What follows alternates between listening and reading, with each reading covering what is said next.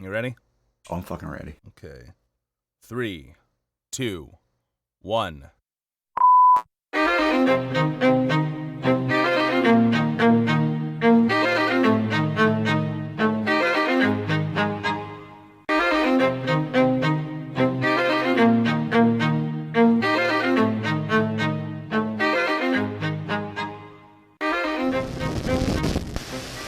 Welcome to the Politipop Podcast, the podcast where we take your favorite pop culture media and discuss the social and political themes within. I am your co-host, Mike Booch, a.k.a. the Soy Boy Pseudo-Intellectual, and I am happy to be joined by my co-host and best man. Please give it up for Ty. Hey, what's up? And don't forget, if you're listening to this on YouTube, like and subscribe to our channel. That would be fantastic. You can contact us at politipopcast@gmail.com. Find us on Twitter at politipoppod and Instagram at politipoppodcast. Ty, how you doing today, sir? I'm good. I'm very good. How are you? I'm tired. Yeah. We're not going to be doing housekeeping this week. There's been a lot. I just got married. Yeah. Like 2 days ago. Yeah, so there's been a lot of wedding planning leading up to it, and then post-wedding taking apart everything because it was a completely DIY wedding. But it was beautiful. So, thank you very much. Yeah, we're glad it worked out. But in the meantime, I know I mentioned it on Twitter, but if you're listening to this, you should definitely listen to Amped Up with Ryan Knight. It's a podcast by Ryan Knight. He's a journalist. You can find him at Proud Socialist on Twitter. Look into Richard Medhurst's stuff. He's an independent journalist as well, covering a lot of international news as well as news related to the United States. And also, as always, listen to Move Left Idiots, the Socialist Talk podcast. They release an episode every Thursday, and we're basically all of our episodes are also there's like every one of our housekeeping episodes. I'm like, oh yeah, we had similar takes on that. So if you like our viewpoints, you'll probably enjoy theirs. So I think it's pretty fair to say, definitely listen to all of those. They're great. But today we're not doing any housekeeping. We are going to be reviewing another movie. This movie was suggested to us by Twitter follower NLethbridge3. Her name is Nicole. She's a fellow comrade. And when we put out the call and said, what horror movies would you like us to review on the podcast, she decided to give us this horror movie. It is called We Are What We Are, or Wawa. Yeah, that's what they call it in the film world. Yeah, they go, oh, did you see Wawa? And the 2013 Wawa.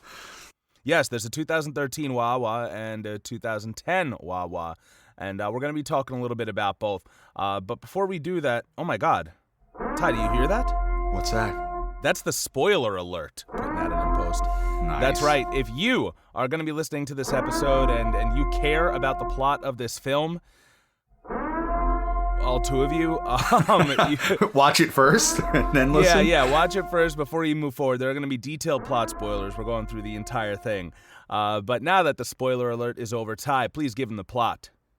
We are what we are. The Parkers, a reclusive family who follow ancient customs, find their secret existence threatened as a torrential downpour moves into their area, forcing daughters Iris and Rose to assume responsibilities beyond those of a typical family. So when this movie started out, I searched it up on, I want to say, Hulu, and it was actually a Mexican film called Somos Lo Que Hay. We Are What We Are. And I'm like, all right, cool. So I started watching it, and I'm like, this is interesting. I'm taking notes and everything. And then I look back at the message thread I had with N. Lethbridge with Nicole, and I was like, oh, she gave us the 2013 version, not the 2010 version. So here I thought they were two completely different films that I just watched 15 minutes of one that has no relation. But it turns out that the 2013 version is a remake of the 2010 version, the Mexican film. Yeah, because Americans don't have original ideas anymore. So we just, especially when it comes to horror, we have to rip off everyone else. I feel like that's modern horror in America. Okay, so let's go. The Ring, originally a Japanese film. Yes.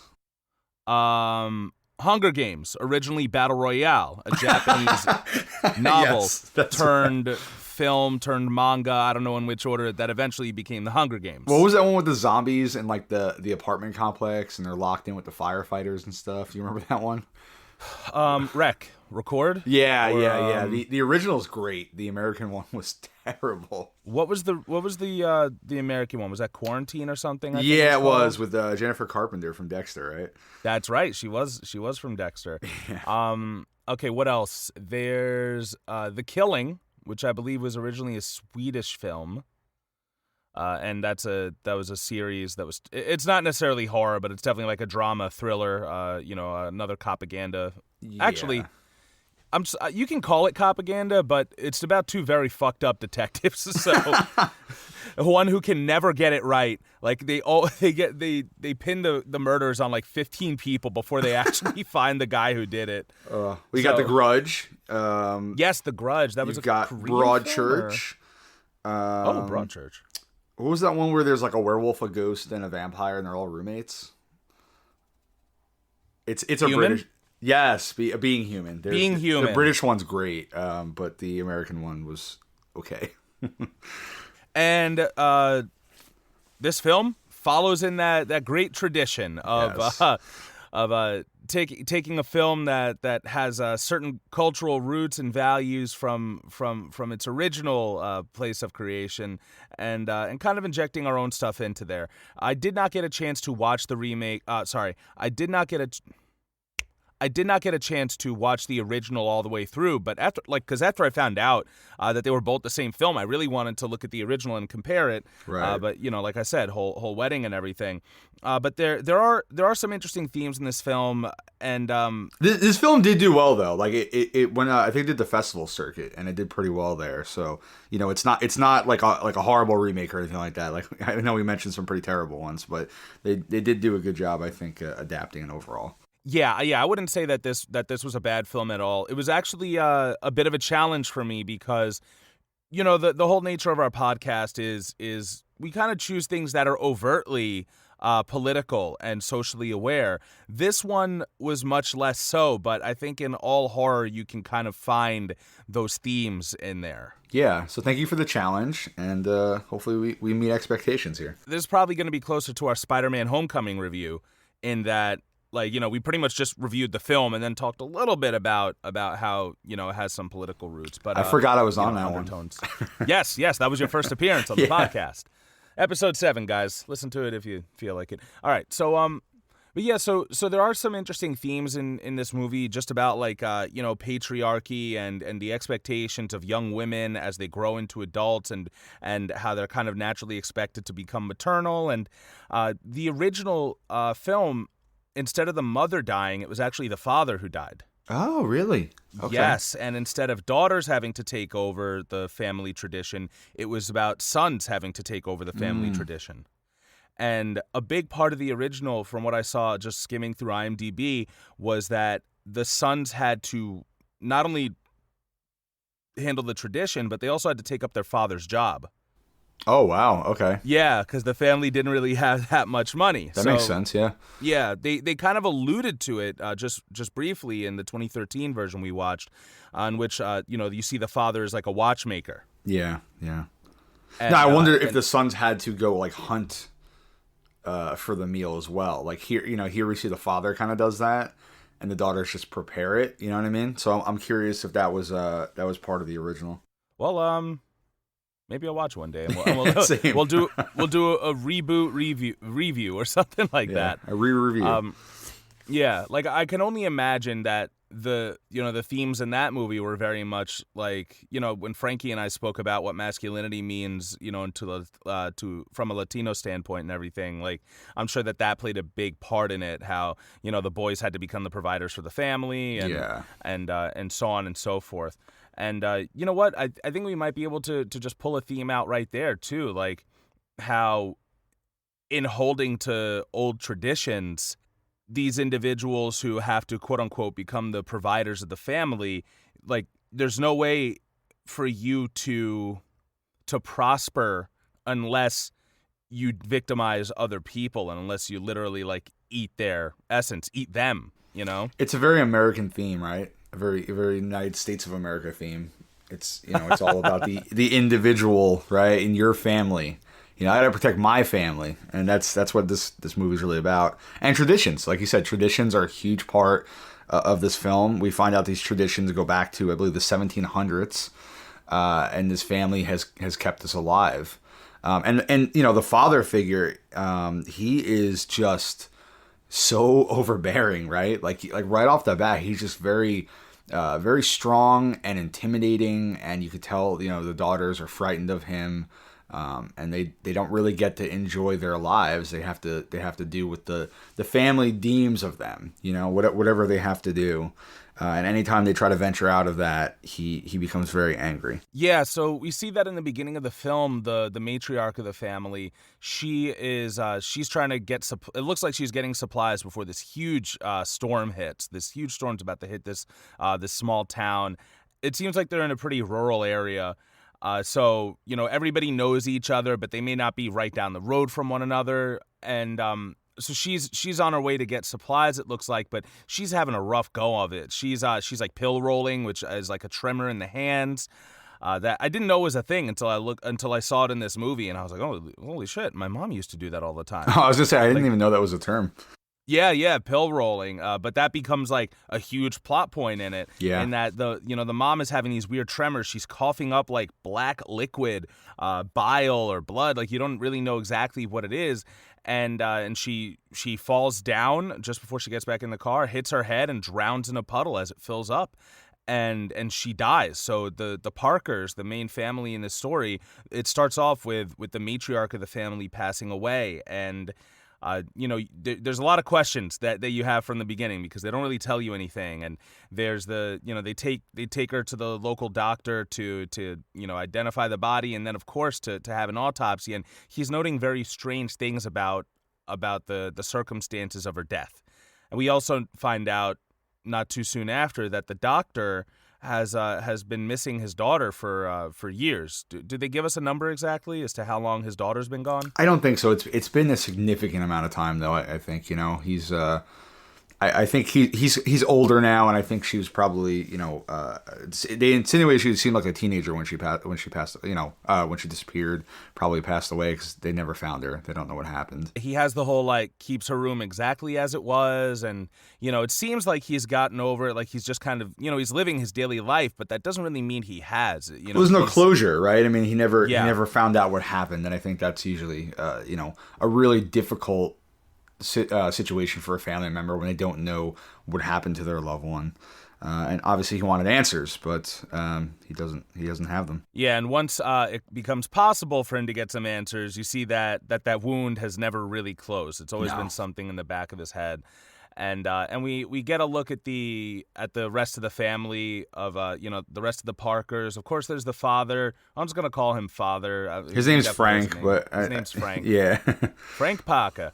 And there's Rory, who's the youngest boy. There's Rose, and there's Iris. Yeah. So they're talking, and they're talking about how mom hasn't been so well and how she was having headaches, but Frank wouldn't let her go see the doctor for these headaches. Yeah, it's against their traditions, right? He doesn't believe in medicine. They're very religious, and he believes that God will lead them through whatever circumstances they find themselves in. As long as they stick to their traditions, and they stay true to God, then he will help them. They don't need modern medicine. And I think that relates perfectly to the current state of the United States as well, because a lot of people don't recognize this, but the Pilgrims who came to the United States, like some of the first Europeans to ever start colonizing the U.S. and destroying everything in North America, they were here because they were already too religiously weird for a weird religion. Yeah. Yep.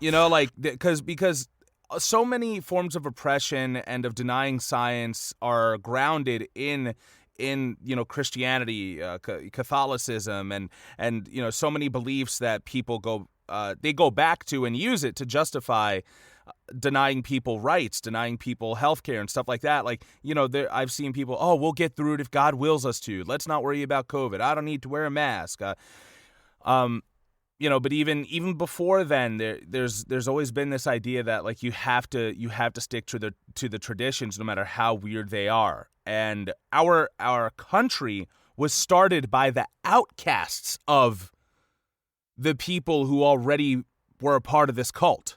Yeah. And I'm sure that we do have some religious listeners somewhere out there, and I don't mean to offend you if you're one of the people who believes in your faith and takes all the parts that are like, oh, I will use this to be kind to others. Yeah, or I may not. Yeah. I don't think religion's inherently evil, right? It's that blind fanatic who, doesn't want to listen to reason or have empathy, and only sticks to, what they believe. Well, a lot of times it's false interpretations anyway, right?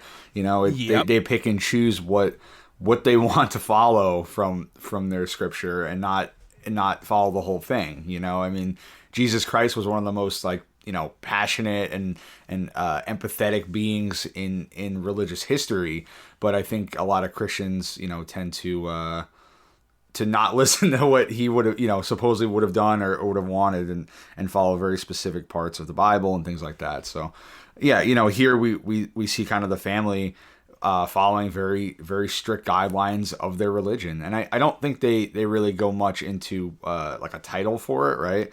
But we know that's something they've been following since at least the 1700s. And, there is a book that the father has, and I think he gives it to the daughters later to read, that kind of breaks down the history of their traditions and why they follow it. Yeah, so a big part of this tradition does date back to, I think you said, like the 1700s. And their ancestors were people who, and this is also mentioned, at least loosely, in people's history of the United States, how during the winter, the colonizers didn't know exactly how to tend the land and how to thrive on it. So there were moments where they would be searching for food and shelter and legit dug up graves to eat people's bodies. Yeah.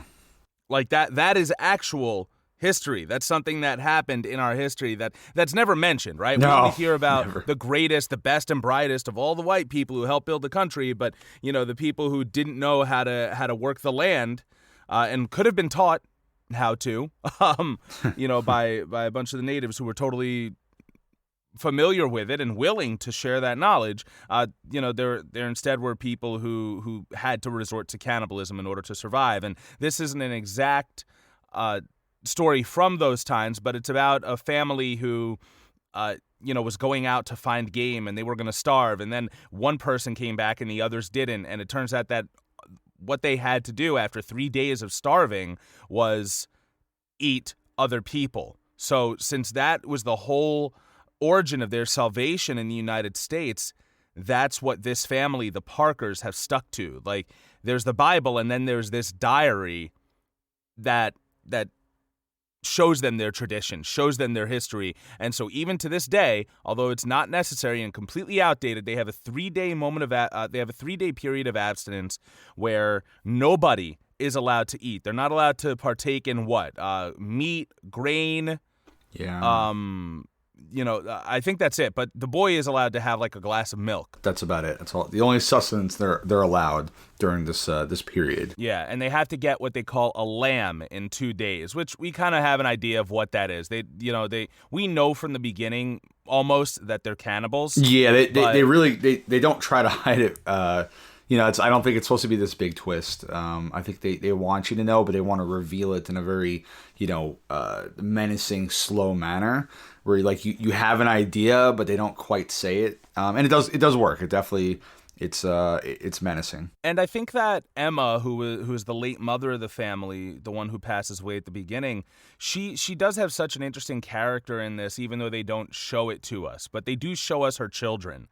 And I think that shows us everything we need to know about her, because we see that despite the fact that her 2 daughters and son grew up in this incredibly oppressive and backwards household, that they're still kind people. Like they still will break tradition when their father's not looking, because the kid, their youngest brother still needs food and still needs some sustenance. So they give him a little bit of cereal when nobody is looking. And, that kind of reminds me of, I used to work at a Chinese restaurant a few years ago, and seems like a few years. It's actually probably like, 6 or 7? Yeah, it's been a long time. It really has been. But I remember around Lent, there were always people who were coming in and getting seafood, because that was the workaround, right? We have to abstain from meat on Fridays, but of course we can eat seafood and stuff like that. But I remember there was one mother who came in and she ordered a pint of boneless ribs. And she said, oh, well, my son, he won't eat the seafood, so he's got to eat something. And in my head, I'm like, okay, so you truly don't believe in your religion. Yeah. Like, if you legitimately believed in these supernatural forces that will send you to a fiery pit of despair for all of eternity, you would not break those rules. It's just tradition, right? Like, I think we're raised on traditions. Every single one of us has a tradition that's passed down, whether it's, during the holidays or religious or Thanksgiving meals or whatever you might want to talk about. It's all there. Like, there's always a tradition, and I think there's like a fear of breaking it because it's what you know, and you've been told that this is the right thing to do. Even if you have doubts in the back of your mind, you still want to stick to those traditions. I think there's a comfort there. But yeah, I mean, I agree. Like, if she really believed that, there was this fate that could be so horrible for not following it, she probably wouldn't let her son break that tradition. But, she did. So it's an interesting view. And I think you kind of see that with this family here, right? Like the kids, they don't want to follow this tradition. They really don't. I think Rose in particular is very empathetic, and she's someone who doesn't, want to partake in these customs anymore. But how do you get out? She's 14 years old, and she has 2 siblings that she loves. Her older sister, who's kind of taking on the lead role in this situation, and her younger brother. And her father, is again very oppressive and very dedicated to what he's followed, I guess, his entire life. And it's obviously taken a toll on their lives. Even with the people around them. We learned that Iris, the older daughter, she kind of had a little bit of a thing with one of the deputies, right? Like, she mentions later he was the first boy she ever kissed, and he still holds feelings for her. And maybe they would be together right now if the father would allow it, but he won't, right? They have to stick to these traditions right now. And so it takes a toll on the whole family. Just want to note that deputy is played by the same actor who plays Zook in 22 Jump Street. So yeah. That was very interesting for me because Channing Tatum's crush, his boyfriend, they had their literal meet cute at the beginning at football tryouts. So I was like, he's a Zook's cool actor, man. He was in Black Mirror. Get out of here. Yeah, he was in Overlord. Like, he's done some cool stuff, actually. He was in Overlord. That's right. I was watching that recently. Yeah, he's pretty cool. Oh, speaking of other horror movies I was watching recently, have you seen The Nun? No, I haven't, actually. So I threw it on demand the other day. It's on TBS on demand, and there's this interesting point in the beginning where, like, basically the 2 people who have to go investigate the nun are this priest who's kind of like the renegade priest, and like they call him in. They're like, oh, we need you to do this, but we're still not going to recognize you as like one of our own, like stuff like that. And then he's like, go get someone. So he goes and gets this nun in training, and she's teaching an all girls class about the story about the dinosaurs, and one of them is like, oh well, headmistress blah blah blah says that the dinosaur bones were put here by God to test our faith, and the teacher's like, that seems like kind of a cruel joke for God to play, right? And it's like, oh, but it doesn't mention anything in the Bible about dinosaurs living with humans or whatever. And she's like, well, I think that if we have to believe that God gave us an amazing creation, and we have to acknowledge all mysteries of it and learn to explore the beauties of it. And I'm like, oh shit, like that. So that kind of relates back to exactly what we were saying. Like, there are very different interpretations, but if you truly do believe that some omnipotent being, force created all of this, there's no reason why you should doubt the ideas that humans come up with. You shouldn't doubt science. You shouldn't doubt homosexuality as being valid when it's clearly exhibited in multiple species throughout our planet for so much longer than we'll acknowledge. Like, just a little bit of a digression. Yeah, I am always curious about that. Do they think it's just like a constant test all the time? Of it's always a test of our faith. Yeah, it's just like, I don't know. If he gave us free will, then he gave us free will. So we're enacting it. Stop fighting it. I'd say if it is a legitimate test, and you know what, I do want to review Punk Rock Jesus at some point, so we'll definitely go back to these themes. But if it is a legitimate test of your faith, like all the time, then so many people are failing. Oh yeah. Because let's say God is the type of person who just likes to play pranks on people, right? Like he did with Abraham and Isaac. you could say, oh, God put gay people here to see if we would be decent toward them. And we fucking haven't been. So, like, you know, if you, obviously, I don't believe in that. I don't believe in any God that anyone's interpreted thus far. I don't doubt the existence of some omnipotent being, but he wouldn't care where I put my penis. Or, you know, like, there's bigger things to worry about when you can create life with the snap of a finger, you know? So, but yeah, we also see this moment where I think it's just after the funeral that they have for the mom. You see that the father, Frank, is just like, he's shaking, he's exhausted because he hasn't, which I guess it's just from the cannibalism, because there are people who do like 3-day fasts and they don't look like that. Like today, there are people who fast all the time and they don't look that bad. Well, you know, they do explain later, right, that the mother had a rare disease, right? I think it was called Kuru disease or something, and it comes from cannibalism. That's the most common, you know, trait of people who have it. They found it, I think, in like specific tribes that enacted into cannibalism, and it's supposed to be like a degenerative brain disease where you know, it messes up your motor functions, you shake, it damages your memory, you bleed from the nose, and you know, the mother was showing a lot of these symptoms, and the father does show these throughout the film, right? He starts bleeding from the nose, his hands constantly shaking. So I think, you know, that him and his wife had been partaking in cannibalism so long that this disease is really running rampant in them now, and it's becoming obvious to you know, even to their family eventually. You know, the kids, I think, are starting to notice the father is definitely not well, but he keeps going to his tradition. He believes if he follows it, that he will be okay. You know, he just needs to eat, and he needs to eat people in order to feel better. Yeah, you know, like, you know, we dabble once a year. It's not a big thing, but, you know, we sometimes just eat people. We like to spice it up.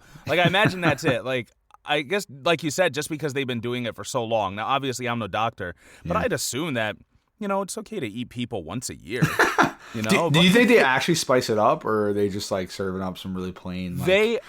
They don't, and I'm only saying that because of their Caucasian. Yeah. Their caucasity. Yeah. If they cook anything like my parents, there's no seasoning in there. You know what we got to do?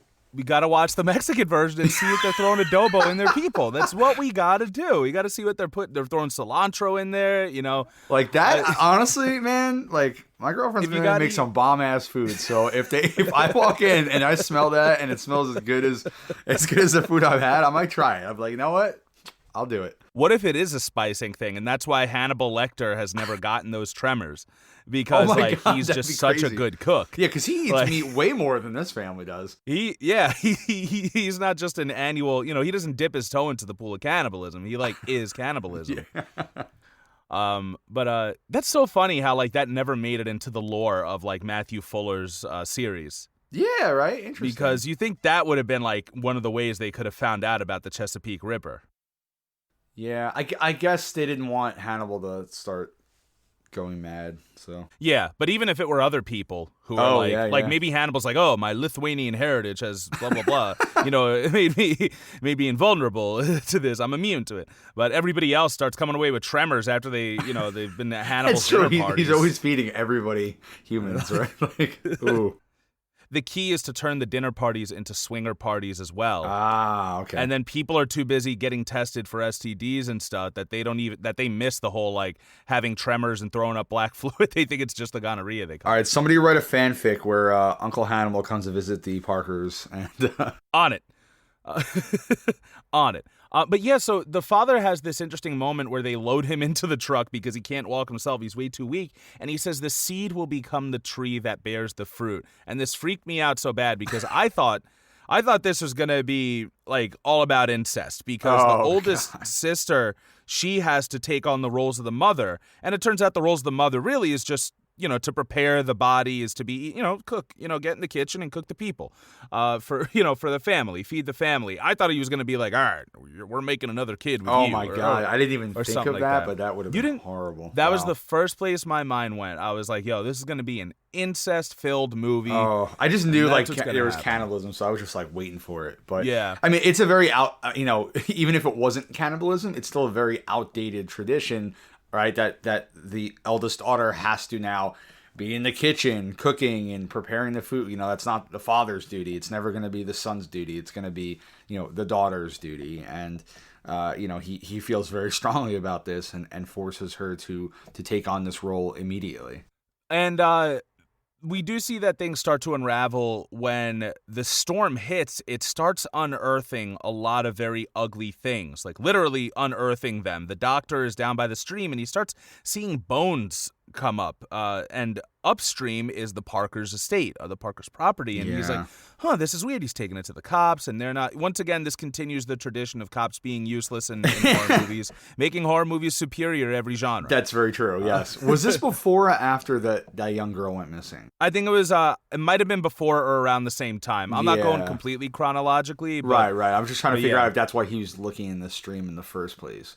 Because they're searching for a missing teenage girl, right? And they start looking around for her because obviously the storm has wreaked havoc on this town. I mean, the roads are flooded. There's power outages. Streets are completely blocked off. So, it's chaotic. And the sheriff actually doesn't even want to look for her. Right? He's like, give it 24 hours. I got a lot going on. And if she still hasn't come home from her friend's house, we'll take a look. And her parents are like, she's never done this before. And it's not like it's like 1995. Like everyone has cell phones. So I'm like, she probably could have found a way to get in touch with you. They also, I think they say like it's like the first 48 hours are the most vital to finding a missing person. That is exactly what they say. So they're like, give it 24 hours so that we only have 24 hours left to find her. But he does wind up. All right, we'll make some missing posters and starts getting to town looking for her. And it starts making people actively search. So now, you have people like Deputy Anders, one of the police officers who's working.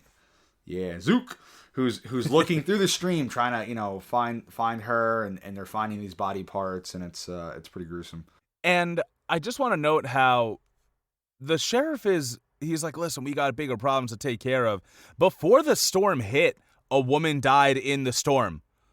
So, like, yeah. I don't know. I just feel like that might be something you want to look into. But the doctor and all of his anatomical expertise, he has good reason to believe that these bones that are washing up don't belong to animals, that they belong to people. And so he, along with Deputy Zook, decides to investigate this, and they're trying to find more bones and dig up stuff, and the daughters are trying to throw Zook off the trail. They don't like him being there, or at least the middle one. What was her name? Was she Rose or Iris? Rose. Iris is the older one. Rose. And that actor would actually go on to play Ruth Langston?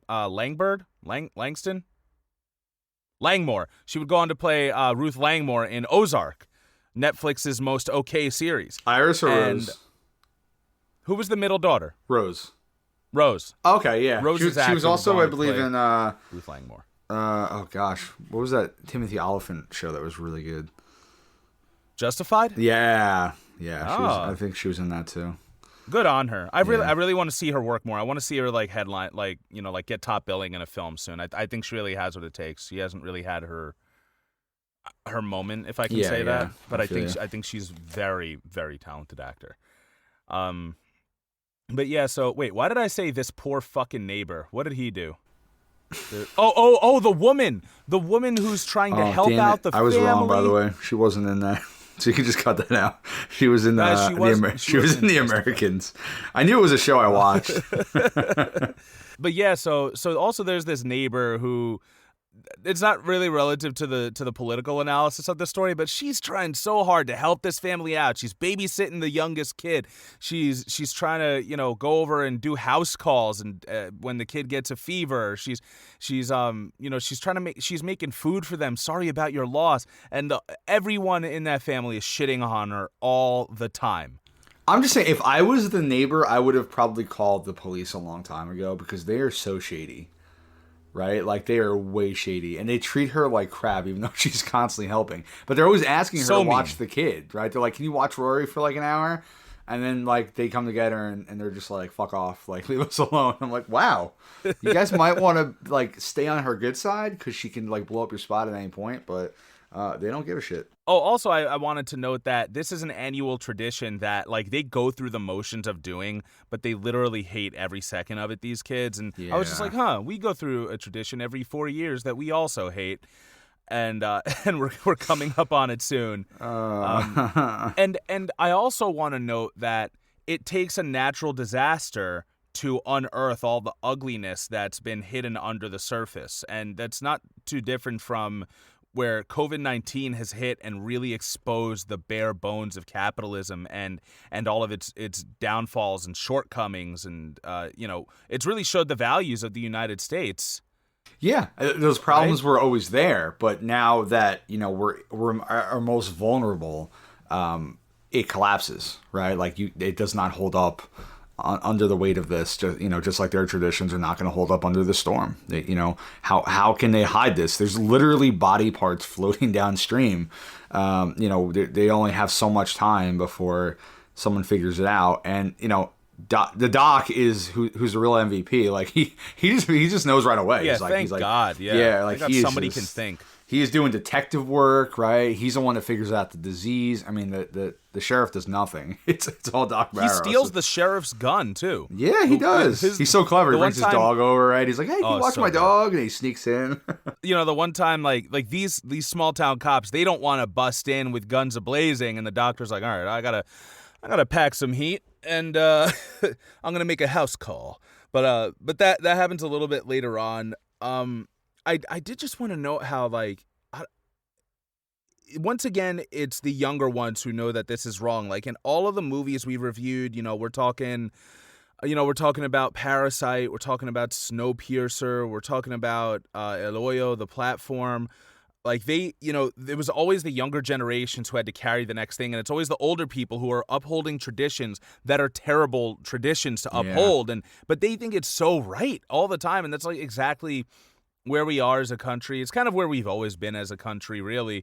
They hated the hippies in the 70s who were protesting the Vietnam War, and anybody who wants to go against the grain, and it's normally the younger generation. And they just don't believe that sacrificing lives is justified. Like their father does. Oh, we got to do it to survive. You think of the economy now. All right, we got to sacrifice lives for the economy. But we know it's not. And honestly, I don't want to say you and I, we're not Gen Z. We're millennials at this point. You're right, though. There was a funny meme. I think I might have sent it to you. It was like generational support, and it's Boomer saying, "Stop being so sensitive," throwing stuff at a millennial who's like, "Please stop being racist." And then there's a Gen Z kid going, "Eat the rich, Black Lives Matter, defund the police." And the millennial's like, "You're doing great, sweetie." And I feel like that's just kind of how it is, right? Like the younger generations are getting more and more progressive and like really calling this shit out. And it makes me happy. I think as millennials, we got stuck in a bad spot, and it was very defeating, and we kind of gave up on the fight for a while, And Gen Z's like, they're just not having it. So it's pretty cool to see. We're trying to break these traditions of racism, of sexism, of anything you can possibly imagine that's oppressive, and try to make it a better world. And you see that with these kids. Iris actually has to kill the person they're going to eat, right? Which I think is someone they know in the town. And Rose doesn't. It is a small town. She's so upset, like she doesn't want to be a part of this, and Iris doesn't either. She's doing it to protect her siblings, because the father's going to expect this, and they're just put in such an awkward spot. But like you said, anytime they can try to break the traditions, they do. But they're definitely their lives are literally in danger if they don't follow the traditions of their father. I also want to mention this moment where Iris, who's the eldest daughter, right? Yep. Go me. That Iris. So she kind of does have this moment where she comes across Zook just as he finds a tooth in the stream on their property. And she's like, "Oh, you want me to get you some dry socks? I see that you got wet socks." He's like, "Yeah, sure." So, he's trying to work game. They're walking around. Well, he's been pining after her for a long time, right? He really has. Just like, "Oh, you're like the most beautiful girl," and all this stuff. Which I'm sure is, she's definitely like the most beautiful girl for 10 square miles, like without beyond a shadow of a doubt. Yeah, for sure. All the other ones have been eaten by this family, but he and her end up why are they walking in the cemetery again? You watched it more recently than I She did. was going to bring him to their like ancestral burial ground or something like that. Like That's right. She says her that's excuse. why the bones might have been coming up. Right, Too. She's yep. like, oh well, we have our family members have been buried on this property for ages. That's probably that's what it is. Thank God she's thinking. And you know what? Yeah. I'm gonna digress again because there is this whole idea of like, oh, the man has to be the provider of the family and the woman has to do this, blah blah blah. Like, how often does a young girl become a woman and then instantly, not only does she have to become like the matriarch of the family, but you'll hear how many people after their family loses a mother, right? Oh, the mom was the one who held the family together. Yep. Like, Yep. Yeah, that's exactly the case. Like, why are society? This is like a viewing coming them of as age weaker, story. It's like Yes. she's trying to, figure out herself while also helping her family. And I think she is attracted to him. I think she does. She does have feelings for him. At the least, as we find out. I feel like she was trying to probably keep him alive. 'Cause she knew her father would kill him, but at the same time, knew that it could possibly come to him being murdered. So she tries to think of this great story, and I think it is working, right? He's so infatuated with her. I think he'd believe anything she said to him at that point. But it's definitely it's a good plan, and so she leads him there. And they have this really intimate moment, right? Where he's telling her how beautiful she is, and she's like, not on the inside. And he's just, he's like, well, he's like, you're gonna be. No, I'm kidding. Whoa. He didn't say that exactly. No, but he's just like, no, he's like, you're good. He, like you said, he's spitting game, and she winds up, making love to him, which I didn't see coming. That was pretty surprising. They do on the soil where her ancestors are buried. They do make fuck. And it's like a quick one too, because they're not even 100% undressed. They're just like, all right, let's do this, and you're right. It is this coming of age moment, and because I think she's had to take on so much responsibility in the family that she really has lost her own individuality. Right. And this moment where she finally does get to kind of become a woman and be with another person sexually, it really is a vulnerable moment. And kudos to this guy, he's finally getting it. Persistence is key. and then boom, he gets hit in the head with the sharpest shovel known to man. He gets impaled in the head with that shovel, right? I did undercut, pun unintended, the fact that you're right, that he gets slashed through his skull by this shovel that her father is wielding. Yeah, and he's bleeding all over her. It was fucking gross. I mean, it's a horror movie. It's awesome. We're reviewing horror movies this month. Yeah. And you know what the biggest part of this, the biggest surprise I had in the scene was? What? That her father digs the grave for him. That lazy son of a bitch, who has his daughters do everything. He digs the grave for him. Well, that's only because he's like. I don't know if he calls her a slut, but he definitely he talks about how she brings shame to the family, and he's like, get in the house, and I think he's just so disgusted with her, he wants her out of the way and doesn't trust her to take care of it, which again is such an outdated concept. Like, how dare she have sex out of wedlock, right? I guess that's what he's saying. I don't know. I mean, they do have to marry, right? He had a wife and kids. I assume that's they do have marriage and pass down their traditions to their children. So I don't know how they would pick a new cannibal loved one. Cannibal bride. I'm really curious how they go about doing that, but. Unless they keep it in the family. I don't know. They never said it, but... well, that's, what I was also thinking. Have you ever seen that John Mulaney sketch? He has a bit in one of his... it's not a sketch. It's a bit that he has in one of his stand-up specials. And, they're like, oh, so anything new you want to tell us? And he's like, not unless you get really cool about a lot of things really quickly. So tell us, what are some traditions your family has? So, how do you feel about cannibalism? I don't like it. Okay, well, no reason I asked it, but we will not be having a second date. You know what? Can I just go back to that whole, trope that, there's the whole, dads against daughters dating and the whole, oh, if you're going to date my daughter, I'm going to be shining my gun, blah, blah, blah. I don't know. That's the stupidest thing in the world. I really can't stand that idea. And her father doesn't exactly say those things, but...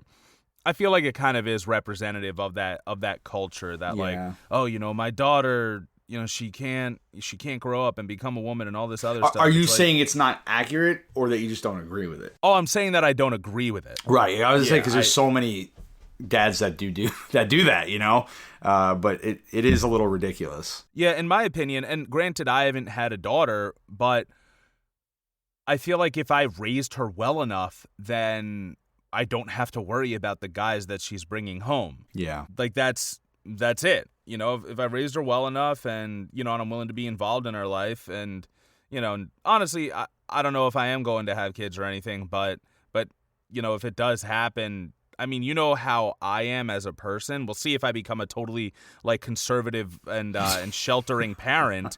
But also, like, I'm not going to be making my kids watch porn like I did when I was growing up. But also, like, I don't think that sex should be a taboo thing to talk about. I think that your children are more likely to come to you with questions and problems that you can solve instead of going to fucking Reddit or, yeah. There's got to be a middle ground, right? Friends. Yeah. You remember Johnny Jekyll?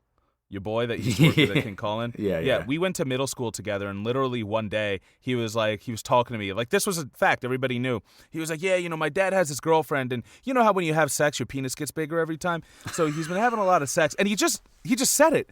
Like, I was like, when you have sex, your penis gets bigger every time? He just said that? This 14-year-old boy just comfortably threw that fact out there, and I was like, I don't think that one's. We'd all be walking around like Tetsuo at the end of Akira, just incredibly wild. But he was 14 when he said that? Cyber dicks.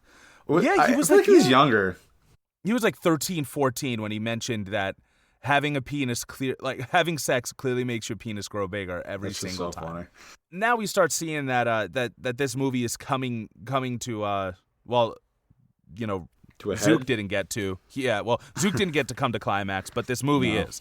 Tell me a little bit about what the doctor does, and because you literally just watched the climax of the movie. So what happens? Like maybe an hour ago. Once the doc realizes, like, he's researching these diseases, and he's been examining, the bones he's been finding, he realizes there's like serrated blades that have been used and special types of knives that have been used in these cuts. I'm sorry, real quick, because you keep calling him Doc or whatever. Yeah. He goes, Marty, it's your kids. They're eating people. Marty, your kids are eating people. Doc Barrow. We don't need bones. All right, sorry. Yeah. So he's also a forensic specialist, this doctor. Thank God. Thank God this he doctor is brilliant. is good at everything. He's I the know. only doctor in this town. He is great. So he realizes, like, there's some ominous shit going on, right? He realizes all these different, blades have been used to cut, and he knows they're human bones. He's been working with Deputy Anders to find more, and he's trying to reach him, and he can't get him on a cell phone because he's dead. And the doc, he once he realizes about this disease, he puts it all together. He realizes that the family are most likely cannibals, and he has actually researched how many people have gone missing. And I think he says only 3 people in their town have gone missing, his daughter being one of them. But if you take, like, the towns surrounding it, like go to like a 50 or 100 mile radius, there have been like a ton of disappearances of people that were never found. So, he's onto them. So I think he texts Anders to meet him at the Parker home. I'm sorry, real quick. Yeah. I'm not sure if they mentioned whether or not the mother had to go and grab people, but I'm sure that those 3 people who went missing within the town were all kidnapped by the father, and that if it were up to the mother, she went outside of town limits and did the work. Okay, because once again, their father is fucking lazy as shit, and it's all the women in the house do everything else. He's the one who fucked up their whole. He's like, I gotta make some watches. I'm going down the street and grabbing the Jones daughter.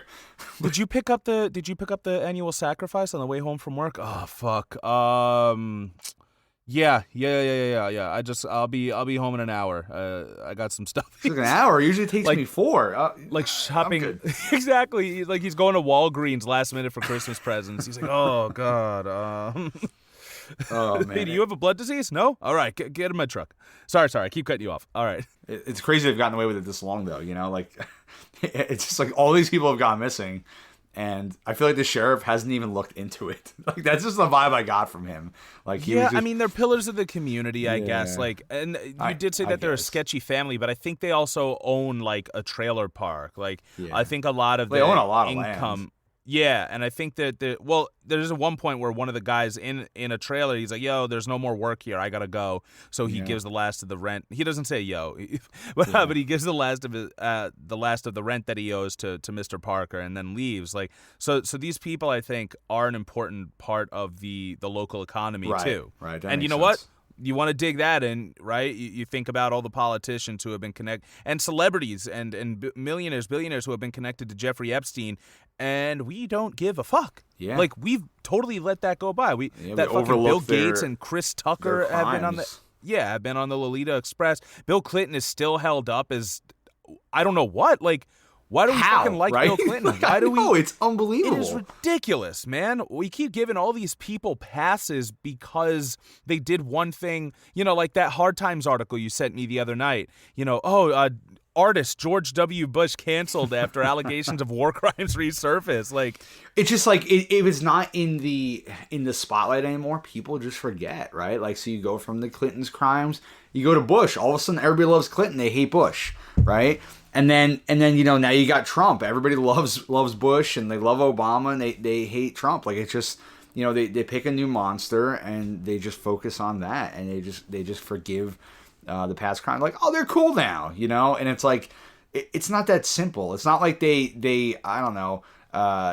Did like something stupid, like, were arrested for having marijuana when they were a kid, and like you're gonna like, oh yeah, like whatever, not a big deal. Like, they're literally like war crimes, right? Like, they've raped people, they've killed people, and the fact that we just go, it's all right, like, we'll move on. It's just it's pretty crazy. I mean, we forgave Obama as he was doing stuff. Citizens United and all those drone strikes and the Affordable Care Act that did not give healthcare to as many people as it should have. And even then, healthcare is still super expensive. Like, we forgave him for all of these things as they were happening. Like, Obama can do no wrong in liberals' eyes. Putting kids in cages, drone striking the fuck out of people. Set records for deportations. I mean, the guy had the biggest progressive, like, backing probably ever, right? Like, change. He was all about change, and he did fucking nothing. So it's just... yeah, I mean, it's really crazy that we forget this stuff.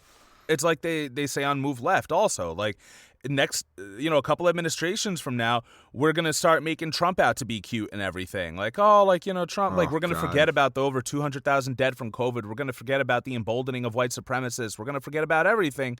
And by we, obviously you and I won't, but, they're going to be people, oh, Trump did this funny thing. He had a meme or something. Like, yeah, it'll be the next monster they're focusing against. And then we'll go...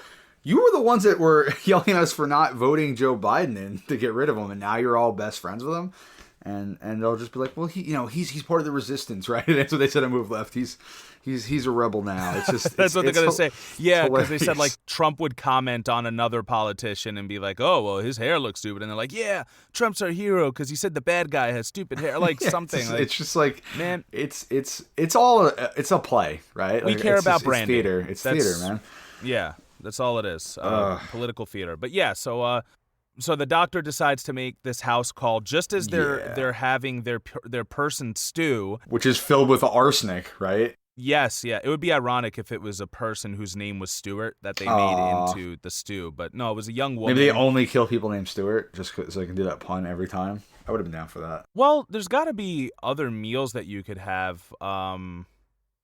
Like stew. Every time they're eating, they're making stew. I'm just saying. Well, yeah, but what about like are there other meals that the name itself sounds like a person's name that you could do? Probably. Jerky? No, I don't. Well, if we think of any, we'll throw them in the outtakes. We definitely will. But like you said, there's arsenic in it because I think at this point the father's like, he knows that they've been found out, right? Yeah, the jig's up. We gotta die. Yeah, he has Zook's phone and knows that they've gotten found out. And he's like, all right, like, so they get into this amazing steampunk garb, like really old school traditional stuff. He's got his tweed vest that he's rocking. I don't know. I don't think it's actually tweed. But yeah, he decides he's going to poison everybody. And I think it's the middle child who notices it. Yep. Yeah. And she's like, like, trying to get her older sister to do something, right? Because Rose is kind of the one that's been like almost the most rebellious, right? Like she was planning to already like kind of run away. She was telling the little brother like, listen to me when the time comes. She's very brave for this 14-year-old girl, and she's trying to whisper Iris's name as they're getting ready to eat, and she's just like, Iris, like Iris, and nobody's doing anything. And then Rory, the son, is about to bite into that stew, and she flips his plate over. And you just see like the father is fucking pissed, right? And then there's a knock at the door.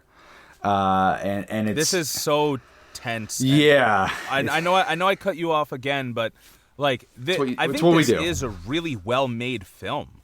It is. It's very well made. I do think it's got solid pacing, great actors, and I do think it is a very well done film overall. Just want to put that in there. But yeah, the tension is broken and then increased, and then heightened when the doctor comes in. Yeah, the doctor's gun, and you mentioned earlier he had stopped at the police station. He stole the sheriff's gun by distracting I don't know, she's like a secretary or whatever office manager, whatever they call in the police department. I don't know. With his dog, and he's arrived. He has a gun in his pocket. And, him and the father sit down across from each other. The kids are not in the room anymore. They're, like, off to the side.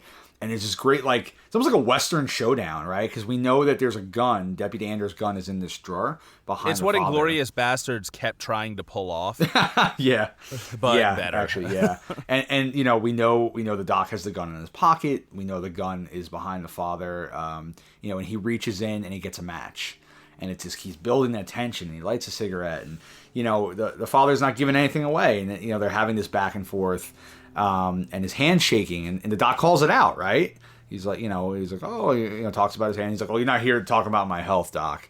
And finally, Doc Barrow just says, about the cannibals. He's like, "Did you kill my daughter? Did you eat my daughter?" Right? Like he literally asked that. He's like, "Did you eat my daughter, Santa Claus?" Yeah. Always funny. Is that my daughter in there? Two references. Oh, nice. Whoa, dude. Woo. Yeah. Can't handle it. But yeah, it's really intense. He's like, "Did you eat my daughter?" And the father pulls out the gun, and he's gonna hit him, right? Like he gets the first shot off, and Iris, the eldest daughter, she jumps in the way, and protects Doc Barrow, which I thought was pretty incredible, right? Like she doesn't have that a caught me personal off guard. She doesn't have a personal connection to him, but I think she just realizes right from wrong, and knows that this is a man whose daughter they ate. They killed and ate her. And they hurt him enough. Yeah, he wants justice. And the father is willing to kill his own kids. So, like, I think they know, like, they can't be loyal to him anymore, because he's going to kill them. So she saves the doc's life. The doc fires off a shot. He hits the father. The father goes down. And Doc gets up and he's going to fire another shot, and the father's not moving, which I thought was really stupid. I mean, if you ate my daughter, I'd fucking light you up. That's just my personal opinion, but the gun wouldn't be enough. Yeah, right? Like, he's just kind of like, I'll only say that. You son of a bitch. And he grabs the gun, the other gun off the floor, and he turns back. Imagine if he just went, "To do no harm," the Hippocratic oath. He was like, "You motherfucker." What I will say is that maybe he's a very good person, Doc Barrow, and he decides he wants to help Iris more than, take out anger on the father's body. So he turns back to Iris and he's like, "You're going to be okay. Stay with me." He's trying to check on her, make sure she's okay. And of course, being a horror movie, Frank the father is not dead, and he comes up behind them with like a frying pan or something and hits him in the head, right? And knocks the doc down. Those cast iron skillets ain't nothing to fuck with. Yeah, dude, that would fuck your day off. Woo! And of course that leads to this chase scene. The Rose takes Rory and once again to the neighbor they continue to shit on. After they try to go to the car, they didn't lock the car doors though. Come on, I know she's 14, but the adrenaline's rushing. There's a lot, but yeah. So there is this chase scene, and the neighbor's dog gets out as she lets the kids in. The fucking dog gets killed by the father. And I didn't even catch that. Did they show there's it? a yipe. There's a little yipe from off screen that you hear, like, and it was like, "Oh, you motherfucker." So now you gotta kill him. Kill people. It's one now thing. You got the whole audience on board to kill this guy. Yeah, exactly. Now we kind of gotta, we gotta kill you. But yeah, so does he end up killing the neighbor too? Yeah, he pulls. She's like checking out the window, or like the glass of her door, and he like busts Oh through shit! it, like pulls her forward, and I guess uses the glass to slit her throat. Yeah, he And shatters the window with his hands, and then rubs. He cuts her throat across the jagged glass that he broke it's off. brutal. And then Yeah. he drags Rory and Rose back, and he gets Rose back by saying, "Iris needs you." You know, and she's like, "Iris needs me." Fucker. And he's like, "Yeah, Iris needs you." And she comes back. She loves her sister. Yeah, I do think it is terrible, and I'm not sure if this is necessarily a political thing, but like that does become the case with abusive family is that you do keep going back to that family just because you don't want to leave your sibling alone. Like you really do love, it might be your sibling, or it might be your kid or something. You stay in an abusive relationship for your kid, stuff like that. And he is through and through. He does, I think, represent toxic masculinity. He represents the patriarchy, and he does represent the manipulative nature of abusers. Yeah, I agree. Absolutely. So yeah, they end up making their way back, and what is the final thing? Who the doc doesn't kill him, right? No, the doc's knocked out. So they come back, and again, the kids know they're about to die, and Rose just starts biting into Frank's throat, into her father's throat, like viciously. And I thought this was just gonna be to kill him. I thought they were gonna So did I. how Yep. ironic. They ripped his throat out with their teeth and they killed him. But no, they feast. They've been fasting for 3 days, baby. They got me when Iris stabs him in the hand and then just starts eating his arm. And I was like, okay, they're not just trying to kill him. I think they don't show it, but Rory goes under the table at his leg, so I think he's also eating his leg. Because we did remember Rory tried to bite the neighbor's hand earlier, right, when he was feverish. Like, he's like, I'm hungry. Like the boy knows what he wants.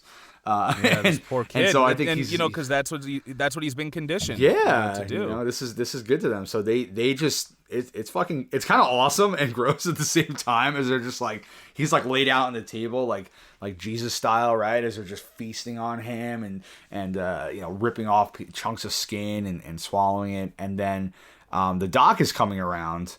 And I thought this was a great moment because he had mentioned earlier that his daughter's hair clip was being worn by Rose. And I think she takes it off and puts it on his lap. And then they take the book and they go. And the father's dead. They spare the doc. Hopefully he's pretty hurt. But they spare the doc and they leave, right? They take off in the car, the three of them, to start anew somewhere else. And I do think it's an interesting ending because they still have that book of traditions with them. So there's two ways you could look at it. I'm surprised they didn't leave it behind and burn the place down with it. Yeah, so like the one thing I think was like, is this their way of breaking it by making sure no one ever sees that and never has that? Or have they decided to keep the tradition going in the end after all? Because, they happily feasted on their father. I don't know. I think it could go either way. Yeah, or maybe like they're just now gonna do a new sect of it. Like, what if it becomes this ultra feminist cannibal culture where like you eat the patriarch of the family at a certain point? Like that's a possibility too. But yeah, I was and once again, this good horror has these themes in it, and I don't think that this movie really had those themes. You and I, given the nature of the podcast, we literally had to read between the lines and kind of try and relate this to our current culture. Right. And the big takeaway I got at the end of this was older generations, you cannot continue to starve, belittle, and keep down the younger generations. You can't continue to do that and not expect to be eaten for it. Yeah, and this isn't a new theme, right? Like this is something that George Romero did in Night of the Living Dead. Like there will be a new movement. There will be a new generation of people that will rise up and eat the old. Hopefully eat the rich, and ideally, right? And like you said, it's just that's the way it always goes, and the way it always will, and hopefully. These next generations that rise up will finally push us to a better future, a better progressive world, before it's too late, because the Earth's dying and all that. But yeah, I think that was definitely one of the major themes. Of course, religion was a huge one here. But we definitely read between the lines. It's a good film. It's a I wouldn't call it scary, but definitely tension building. Had me like on the edge of my seat a little bit. Yeah. And it is. I think it's a good point that they kind of show you within the first 20 minutes or so that they were cannibals, and just let you sit with that, because that alone is so unnerving and jarring, and it really does kind of keep you, like you said, on the edge of your seat. It does keep you tense. I think I actually texted you and said, "Oh, there better be a twist here." But actually, like, the more the movie went on, I'm glad there wasn't. Like, to me, the big moment was like them eating their dad. That was like, wow, like, all right, Yeah, because there really wasn't a twist. No. It's exactly what you thought it was, but they did it's it just well. seeing it come to a head. Yeah. It is. We talk a lot about it on this podcast about how, like, we have become so involved with capitalist culture because we've been born into it, and the idea is, of course, we need to eat others to survive. We're naturally selfish people. It just is what it is at this point, and that has made its way. I think capitalism is coming to a head in the United States, and it coincides with race relations as well. Like, class and race are so deeply intertwined in our country's history, and you can't continue to be surprised that there are millions of people without health care that are now having to survive a pandemic, and there's no stimulus, there's no relief money. It's going to all the corporations, but you're telling these people, listen, you have to go back to work for us. You have to save the economy. You have to go back to work. You have to put yourself at risk. Don't be surprised when it all gets burnt the fuck down. Don't be surprised when we eat you alive, because that's the only way we can live at this point. I mean, we're literally in a position where Democrats and Republicans are arguing over, it's what, like $2 trillion, but compared to, or like $2 billion, but compared to what that deal could do, they could make it happen. They can make it happen today, right? There is a stimulus package that was signed off by the Republican Party, and unfortunately, Nancy Pelosi is still fighting it. So, people are starving, and I mean, they really don't trust the people. They do not trust United States citizens, because guess what? When I got that $1,200 stimulus and it said Donald Trump at the bottom of the fucking letter and everything, was I like, you know what? I'm going to vote for Donald Trump.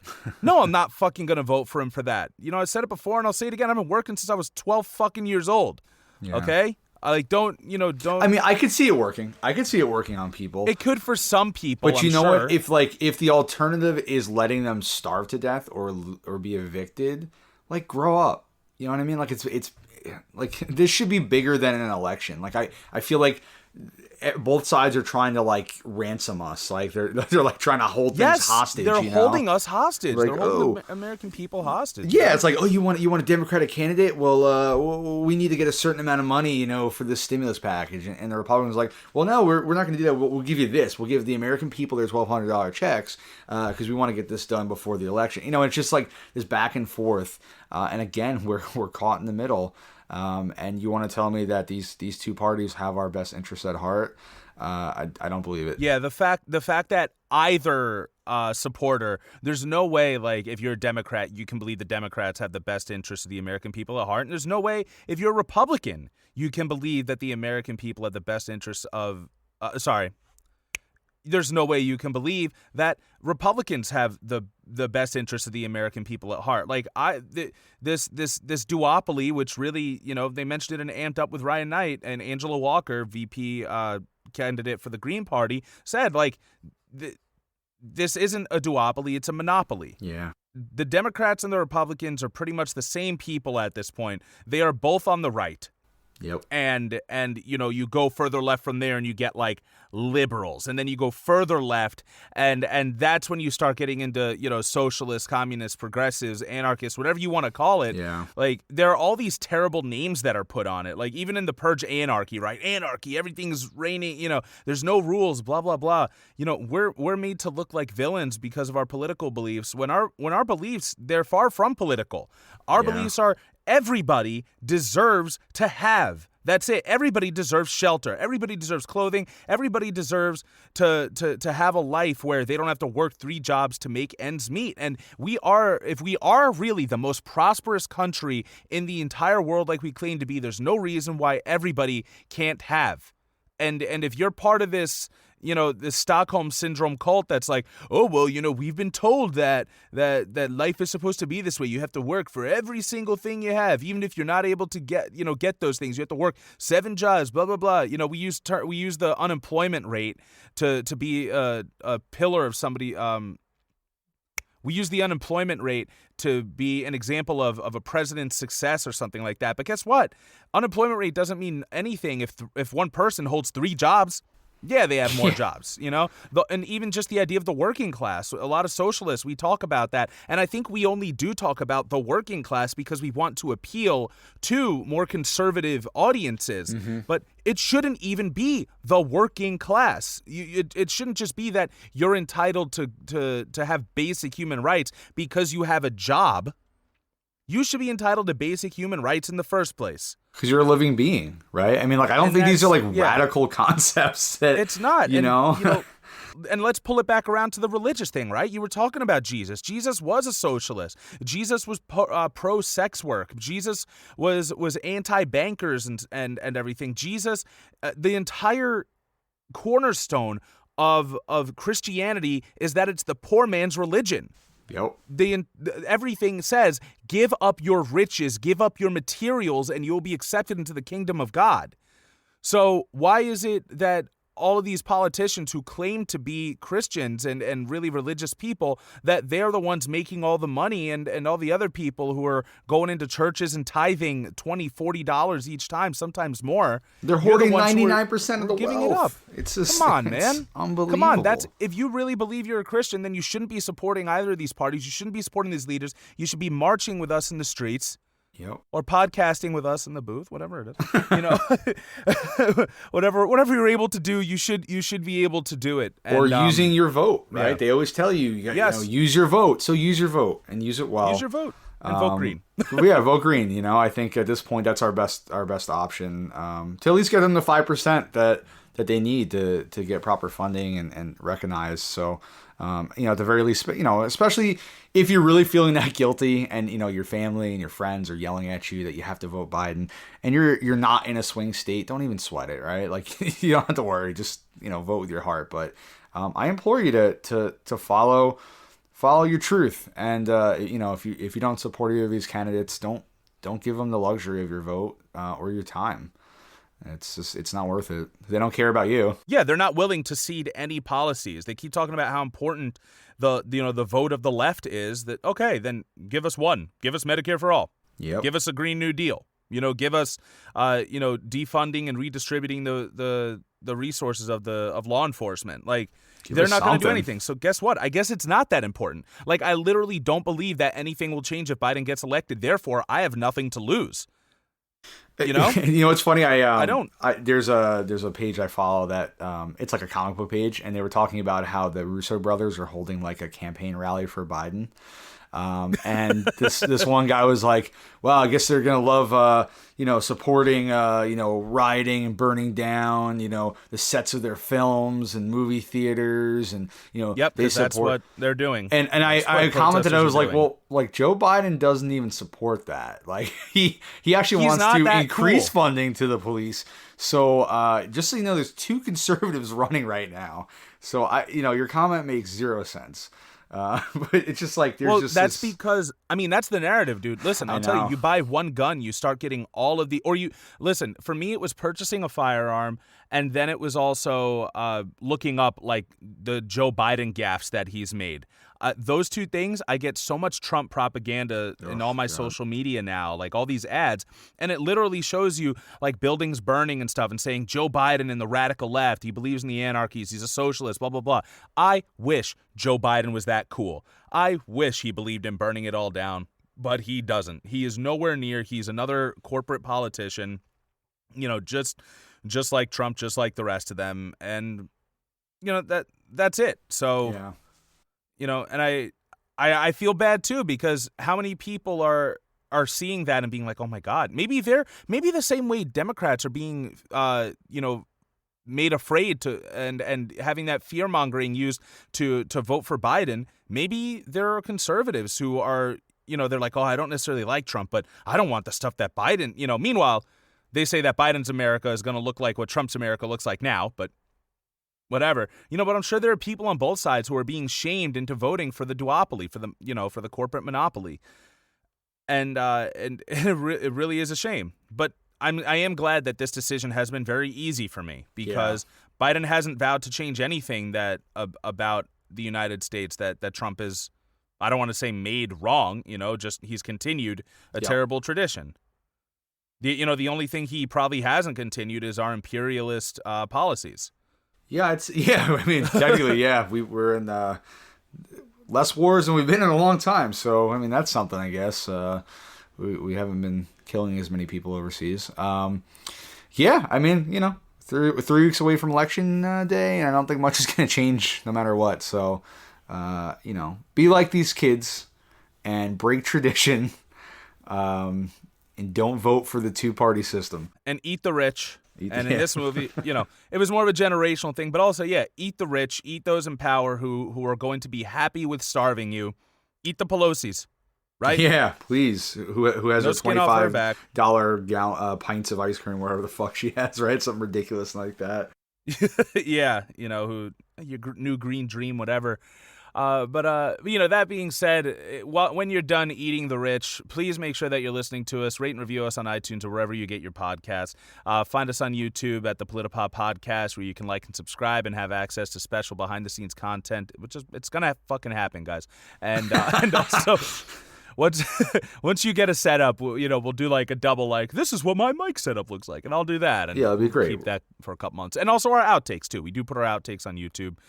You'll find our Halloween outtakes on there soon as well. Find us on Twitter at PolitiPopPod, on Instagram at PolitiPopPodcast. Email us at politipopcast@gmail.com and let us know what you thought of Somos Lo Que Hay. Watch the Mexican version so we don't have to, and then compare notes. That'd be awesome. That's your homework assignment. Yeah, or maybe tell us it's so good we will have to watch it.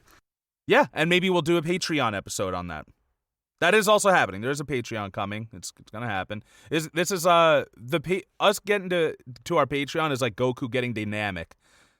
Goku's gonna get dynamic eventually. The longest saga in all of Dragon Ball Z. 75 episodes, but we'll be there. We'll get to Patreon, and I think I'm planning on making it like just as communist as possible. Nice. Like, I'm probably just gonna do like maybe 1 or 2 tiers. But I'll give the option to be like, listen, give whatever you want, whatever you think we're giving is worth it. But, if you're paying $1, there's not much of a reason why you shouldn't have access to the stuff we're giving to the higher paying members. Yeah, I like that. I mean? That's great. Everybody should give what you can, and then that saves me a lot of work from having to make 35 different tiers. Email us at politipopcast@gmail.com. You can find our show notes and sources at politipoppodcast.wordpress.com, where we'll include articles and everything talking about how the Democrats are holding people's lives hostage and people's livelihoods and welfare. And special thanks to all of you listeners and to Antonia Chava for logo design. For the Politipop Podcast, I've been Mike Booch. And I've been Ty. And remember, no matter what you're watching to scare yourself this month, no matter what you're listening to, no matter what you're reading, whatever it is, just always remember to never stop thinking, never stop learning, and read between the lines.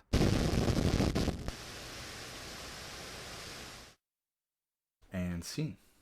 Oh, thank God.